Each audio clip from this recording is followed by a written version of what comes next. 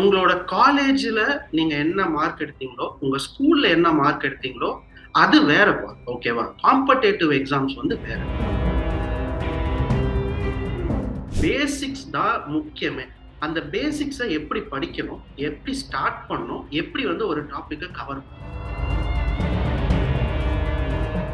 எந்த ஒரு காரணத்துக்காகவும் உங்களோட பிரிப்பரேஷன இன்னொருத்தரோட கம்பேர் பண்ணாதீங்க.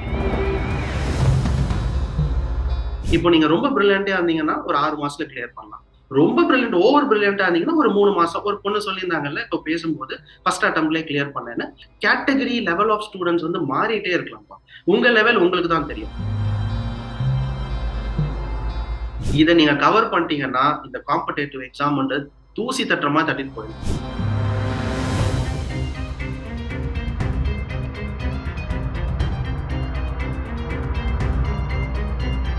கல் தோன்றி மண் தோன்றா காலத்தே அப்படின்னு சொல்லுவாங்கல்ல. அந்த மாதிரி இப்பதான் இந்த online exams and then multiple YouTube channels நம்ம ப்ரிப்பேர் பண்றதுக்கு அது இதுன்னு சொல்லிட்டு நிறைய இருக்கு. இன்ஸ்டியூட் அந்த மாதிரி நிறைய இருக்கு. இதெல்லாம் எதுவுமே இல்லாத டைம்லயே வீடியோஸ் மூலியமா ஸ்டூடெண்ட்க்கு வந்துட்டு கைடன்ஸ் கொடுத்த சவுத் இந்தியால பிள்ளையர் சொல்லி போட்டு நம்ம நார்த் இந்தியாவையே தன்னோட கண்ட்ரோல் வச்சிருந்த ஒரு பர்சன். இவரை வந்துட்டு டீச்சர் ஆஃப் டீச்சர்ஸ் அப்படின்னு சொல்லிட்டு சொல்லலாம். பிகாஸ் இவரோட டீச்சிங்கை பார்த்து இன்ஸ்பயர் ஆகி டீச்சிங் ஃபீல்டுக்கு வந்த பர்சன்ஸ் ஆல்சோ அதிகம். மேக்ஸ் அப்படின்னா சுத்தமா எனக்கு பிடிக்காது, சுத்தமா எனக்கு வராது அப்படின்னு யோசிக்கிற ஒரு பர்சன் கூட இவரோட வீடியோஸ் பார்க்கும்போது மேக்ஸ் ரொம்ப லவ் பண்ணி போட ஆரம்பிச்சிருவாங்க. So I am really glad to welcome our chief guest and feel free to learn founder Mr. Sadi sir. ரொம்ப சந்தோஷம். இவ்ளோ பேர் வந்து இன்னைக்கு வந்து இனிஷியல் ஒரு படிக்கணுன்ற ஒரு ஆர்வமோட இன்னைக்கு வந்து இந்த வெபினார் அட்டெண்ட் பண்ணியிருக்கீங்க. ஸோ நான் வந்து என்ன சொல்லணும்னு நினைக்கிறேன்னாப்பா, ஃபர்ஸ்ட் திங் வந்து நீங்க வந்து இ உங்களோட காலேஜ்ல நீங்க என்ன மார்க் எடுத்தீங்களோ, உங்க ஸ்கூல்ல என்ன மார்க் எடுத்தீங்களோ, அது வேறப்பா. ஓகேவா? காம்படிட்டிவ் எக்ஸாம்ஸ் வந்து வேற. ஸோ நீங்க நெறைய பேர் சொல்லியிருக்காங்கல்ல, இத்தன அ ஃபார் எக்ஸாம்பிள் ஆர்ஆர்பி இருக்கு, கிளர்க் இருக்கு, பிஓ இருக்கு, ஐபிபிஎஸ் இருக்கு, எஸ்பிஐ இருக்கு.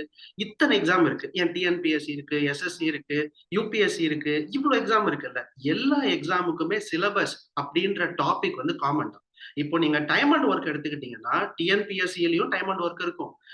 எஸ்எஸ்சிலயும் டைம் அண்ட் ஒர்க் இருக்கும். மெயினா எஸ்பிஐ பிஓட மெயின்ஸ்லயும் டைம் அண்ட் ஒர்க் இருக்கும். என்ன ஒரே ஒரு டிஃபரன்ஸ்னா கொஸ்டினோட லெவல். டிஎன்பிஎஸ்சினா 2வது படிக்கட்டுல இருக்கும். நீங்க வந்து யுபிஎஸ்சி எழுதுறீங்கன்னா 6வது படிக்கட்டுல இருக்கும். நீங்க எஸ்பிஐ பிஓ எழுதுறீங்கன்னா 10வது படிக்கட்டுல அந்த லெவல் ஆஃப் கொஸ்டின் இருக்கும். சோ அப்போ நம்ம என்ன பண்ணணும் அப்படின்னு பாத்தீங்கன்னா, ஒவ்வொரு லெவலா தான்ப்பா போகணும். எடுத்த உடனே ஒரு 2 படிக்கட்டு குதிச்சதுக்கு அப்புறம் ஒரு ஒரு ஆர்வம் வந்துரும்.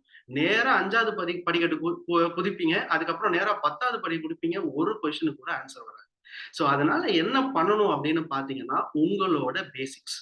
பேசிக்ஸ் தான் முக்கியமே. அந்த பேசிக்ஸ எப்படி படிக்கணும்? எப்படி ஸ்டார்ட் பண்ணணும்? எப்படி வந்து ஒரு டாபிக்க கவர் பண்ணணும்? இதுக்கு நீங்க என்ன பண்ணணும் அப்படின்னு பாத்தீங்கன்னா, எந்த ஒரு காரணத்துக்காகவும் உங்களோட பிரிப்பரேஷன இன்னொருத்தரோட கம்பேர் பண்ணாதீங்க. இப்போ நீங்க 2 பேரும் ஃப்ரெண்டா சேர்ந்து படிக்கிறோம்னா, நான் ப்ராபபிலிட்டி டாபிக்க 10 நிமிஷத்துல முடிச்சிருவேன். நீங்க ஒரு ப்ராபபிலிட்டி டாபிக்க 1/2 மணி நேரம் எடுத்துப்பீங்க. அப்போ படிக்கிற டைம் அப்படின்றது மாறும். உங்களோட மூளைக்கு ஒரு மாரி ஏறும், என்னோட மூளைக்கு ஒரு மாரி ஏறும். அப்ப நம்ம என்ன பண்ணலாம் அப்படின்னு பார்த்தீங்கன்னா, இப்போ பேங்க் எக்ஸாம் தான் நீங்க படிக்க போறீங்க அப்படின்னா, பேங்க் எக்ஸாமுக்கு ஒரு 30 டாபிக் இருக்குப்பா. Aptitude topic. இந்த 30 டாபிக்குக்கும் 30 நோட்டு வாங்குங்க. எவ்வளவோ செலவு பண்ணியிருப்போம் சாப்பிடுறதுக்கு. ஒரு நோட்டு ரூ. 30 இல்ல ரூ. 50 வரும். 30 நோட்டு வாங்குங்க. ஒரு நோட்டும் ஒரு டாபிக். பெர்சன்டேஜ்க்கு ஒரு நோட். ப்ராபபிலிட்டிக்கு ஒரு நோட். டைம் அண்ட் ஒர்க்குக்கு ஒரு நோட். அந்த நோட் டைம் அண்ட் ஒர்க் ஆரம்பிக்கும்போது 20 பேஜ விட்டுறணும். 21வது பேஜ்ல இருந்து தான் ஸ்டார்ட் பண்ணணும். இந்த ஃபர்ஸ்ட் 20 பேஜ் எதுக்கு அப்படின்னு பார்த்தீங்கன்னா, நம்ம வந்து சால்வ் பண்ணுவோம். உங்க டீச்சர் கோட்ல ஒண்ணு சொல்லிக் குடுக்கும்போது, புதுசா ஒண்ணு சொல்லிக் குடுப்பாங்க. அதே சொல்லிக் குடுத்தத திருப்பி அவங்க சொல்லிக் குடுப்பாங்களா அப்படின்னு கேட்டா கிடையாது. அவங்க டக்குன்னு சொல்லிக் குடுக்கும்போது, ஏதாச்சும் ஒண்ணு டக்குன்னு உங்களுக்கு ஒரு மைண்ட்ல ஸ்ட்ரைக் ஆற மாரி அவங்க படிச்சத சொல்லிக் குடுப்பாங்க. அப்போ நம்ம என்ன பண்ணணும்னா, அந்த ஒரு நோட் வச்சிருக்கீங்கல்ல, அந்த நோட்ல அத எழுதணும். இத நம்ம படிச்சோம். அந்த ஃபர்ஸ்ட் 20 பேஜ். ஒரு ஃபார்முலா படிக்கிறீங்க. ஒரு பெர்சன்டேஜ் எடுக்கிறீங்க. ஒரு ஃபார்முலா படிக்கிறீங்கன்னா, அந்த ஃபார்முலா அந்த பெர்சன்டேஜ் நோட்ல ஃபார்முலான்னு ஒரு பேஜ்ல எழுதி வைக்கணும். இந்த ஃபர்ஸ்ட் 20 பேஜ் தான் உங்களோட எக்ஸாமுக்கு ஒரு 10 நாளைக்கு முன்னாடி நீங்க பண்ண போற ரிவிஷன். அந்த நோட்டு தான் ஒரு 5 வருஷத்துக்கு உங்களுக்கு யூஸ் ஆகும்பா. ஏன் சொல்றேன்னா 5 வருஷம் ஏன் சொல்றேன் அப்படின்னா, இப்போ நீங்க ரொம்ப பிரில்லியன்ட்டா இருந்தீங்கன்னா, ஒரு 6 மாசத்துல கிளியர் பண்ணலாம். ரொம்ப பிரில்லியன்ட், ஓவர் பிரில்லியன்ட்டா இருந்தீங்கன்னா ஒரு 3 மாசம். ஒரு பொண்ணு சொல்லியிருந்தாங்கல்ல, இப்போ பேசும்போது ஃபர்ஸ்ட் அட்டெம்ப்ட்லயே கிளியர் பண்ணேன்னு. இன்னும் சில பேர் சொல்லியிருந்தாங்க பாருங்க, 2, 3 வருஷம் படிச்சு தான் கிளியர் பண்ணேன்னு. அதனால கேட்டகரி, லெவல் ஆஃப் ஸ்டூடண்ட்ஸ் வந்து மாறிட்டே இருக்கலாம்ப்பா. உங்க லெவல் உங்களுக்கு தான் தெரியும். அதனால இப்போ நான் பெர்சன்டேஜ முடிக்கிறேன் அப்படின்னா, அந்த நோட் தான் எனக்கு பேசும். இந்த நோட் தான் பெர்சன்டேஜ் அப்படின்ற டாபிக்கோட நோட் தான் என்னோட நோட். என்னோட ஆப்டிட்யூட் நோட் அதுதான். எந்த ஒரு எக்ஸாம் போறதுக்கு முன்னாடியும் ஒரு 10 நிமிஷம் அந்த நோட்ட திருப்பி பார்த்தீங்கன்னா போதும். அதே மாரி 30 டாபிக்க பார்த்தீங்கன்னா, உங்களுக்கு ஒரு கான்ஃபிடென்ட் இருக்கும். ஈஸியா கிளியர் பண்ணலாம். சரிங்களா? அதே மாதிரி அ நீங்க பண்ண வேண்டியது 30 நான் சொன்ன மாரி 30 டாபிக்க ஃபர்ஸ்ட் எழுதுங்க. ஒவ்வொரு டாபிக்குக்கும் நோட் போடுங்க. ஒரு டாபிக்க போடும்போது உங்க டீச்சர் சொல்லி தராங்க. ஒரு பேசிக்கான ஒரு கொஸ்டின் சொல்லி தராங்க. அண்ணா அதுவே என்னால போட முடியல. ஒரு சிம்பிளான கொஸ்டின கூட என்னால புரிஞ்சுக்க முடியல அப்படின்னு இருந்தீங்கன்னா, கொஞ்சம் கூட கூச்சமே படாம CBSE book 9th standard CBSE book, 10th standard CBSE book, CBSE maths book இருக்கும்ல அந்த புக்க வாங்குங்க. நீங்க 9th ஸ்டாண்டர்ட் சிபிஎஸ்இ புக்க பார்த்தீங்கன்னா, அதுல இருக்கிற ஃபர்ஸ்ட் டாபிக்கே நம்பர் சிஸ்டம் தான். அதுல வால்யூம் இருக்கும், ஏரியா இருக்கும், எல்லா டாபிக்குமே 9th ஸ்டாண்டர்ட் சிபிஎஸ்இ புக்ல கவர் பண்ணியிருப்பாங்க. இப்போ நீங்க ப்ராபபிலிட்டி படிக்க போறீங்க அப்படின்னா, ஃபர்ஸ்ட் சிபிஎஸ்இ புக்க எடுத்து 9th ஸ்டாண்டர்ட் புக்க எடுத்து அதுல ப்ராபபிலிட்டி இருக்கும். அத ஃபர்ஸ்ட் போடுங்க.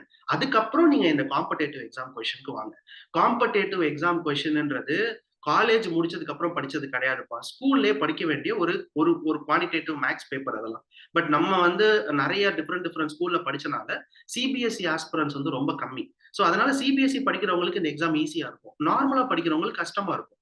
பட் அத எப்படி நம்ம கைட் பண்ணி கிளியர் பண்ண முடியும் அப்படின்னு பார்த்தீங்கன்னா, இந்த சிபிஎஸ்இ மேத்ஸ் தான். சோ இதுதான் பேசிக்ஸ். சிபிஎஸ்இ 9th, 10th தான் பேசிக்ப்பா. இத நீங்க கவர் பண்ணிட்டீங்கன்னா, இந்த காம்படிட்டிவ் எக்ஸாம்ன்றது தூசி தட்டுற மாரி தட்டிட்டு போயிடலாம். அதே மாதிரி சில பேர் என்ன பண்ணுவாங்க, இது வந்து நான் சொல்ற அந்த பேசிக்ஸ வளர்த்துக்கோங்க. எந்த காரணத்துக்காகவும் ஒரு படிக்கட்டுல இருந்து நல்லா கத்துக்கிட்டதுக்கு அப்புறம் 10வது படிக்கட்டு குதிச்சிராதீங்க. ஒவ்வொரு படிக்கட்டா போங்க. அது எப்படி போக முடியும் அப்படின்னா, சில பேரோட தப்பு என்ன அப்படின்னு பார்த்தீங்கன்னா, இப்போ 1 வாரத்துக்கான பிராக்டிஸ் செட் இருக்கும். ஒரு 20 பிராக்டிஸ் செட் இந்த வாரத்துக்கு நான் முடிக்க போறேன். மண்டே ஆரம்பிக்கிறேன். சண்டேக்குள்ள 20 டெஸ்ட்ட முடிக்கிறேன் அப்படின்னா, சில பேர் என்ன தப்பு பண்ணுவாங்கன்னா, மண்டேவே 5 டெஸ்ட் போடுவான். டியூஸ்டே 5 டெஸ்ட், வெட்னஸ்டே 5 டெஸ்ட்ட போட்டு, வெட்னஸ்டேலே 20 செட்டையும் முடிச்சுட்டு, பேலன்ஸ் இருக்கிற 3 நாள் சும்மா உட்கார்ந்திருப்பான். அப்படி மட்டும் பண்ணிறாதீங்க. அந்த பிராக்டிஸ் கிடைக்காது. எப்படி பண்ணணும்னா, இப்போ வாரத்துக்கு 20 டெஸ்ட்னா, ஒரு நாளைக்கு 6 டெஸ்ட், 7 டெஸ்ட் எழுதுங்க. டெய்லி எழுதணும். ஒரு 3 நாள் கேப் விட்டீங்க அப்படின்னு சொன்னா, அந்த பிராக்டிஸ் வராது. சோ அதனால எந்த காரணத்துக்காகவும் ஓவராவும் படிக்கக்கூடாது, கம்மியாவும் படிக்கக்கூடாது. டெய்லி படிக்கணும், டெய்லி ரிவைஸ் பண்ணணும்.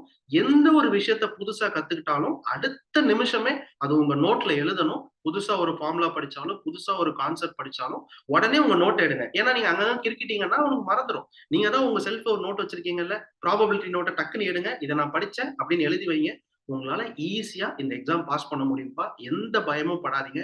நெறைய பேரோட எண்ணம் என்னன்னா, ஆனா தமிழ்நாட்டுல இருந்து பாஸ் பண்றவங்க கம்மியா இருக்காங்க. வெளியில இருக்கிறவங்க தான் பாஸ் பண்றாங்க. வெவ்வேறு ஸ்டேட்ல இருக்கிறவங்க தான் பாஸ் பண்றாங்க. ஒருவேள காசு குடுத்து வராங்களோ அப்படின்லாம் கேட்பாங்க என்ட்ட. அப்படியெல்லாம் கிடையாதுப்பா. இத்தன வருஷம் எக்ஸ்பீரியன்ஸ்ல சொன்னேன். படிச்சா நல்லா படிச்சீங்கன்னா நீங்க பாஸ்.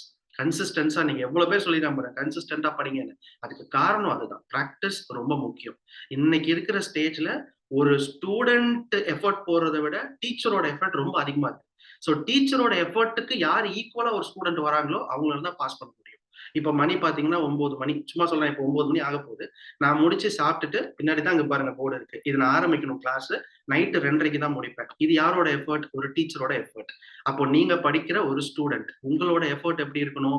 நைட் 2, 3 மணி வரைக்கும் படிக்கணும். அப்படி படிச்சா தான் பாஸ் பண்ண முடியும். சோ அதனால பயமே படாதீங்க. ஜாலியா படிங்க.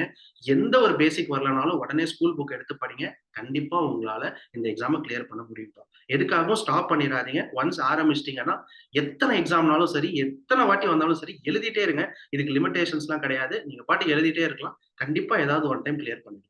எதுக்காகவும் ஸ்டாப் மட்டும் பண்ணிடாதீங்க. சரியா? நீங்க எங்க படிச்சாலும் சரி, கோட்ல படிச்சாலும் சரி, நீங்களே படிச்சாலும் சரி, டீச்சர் சொல்லிக் குடுத்து படிச்சாலும் சரி, எப்படி படிச்சாலும் உங்களோட எஃபோர்ட் தான் ரொம்ப முக்கியம். So thank you so much பா. இன்னைக்கு இவ்வளவு பேரை மீட் பண்ணது.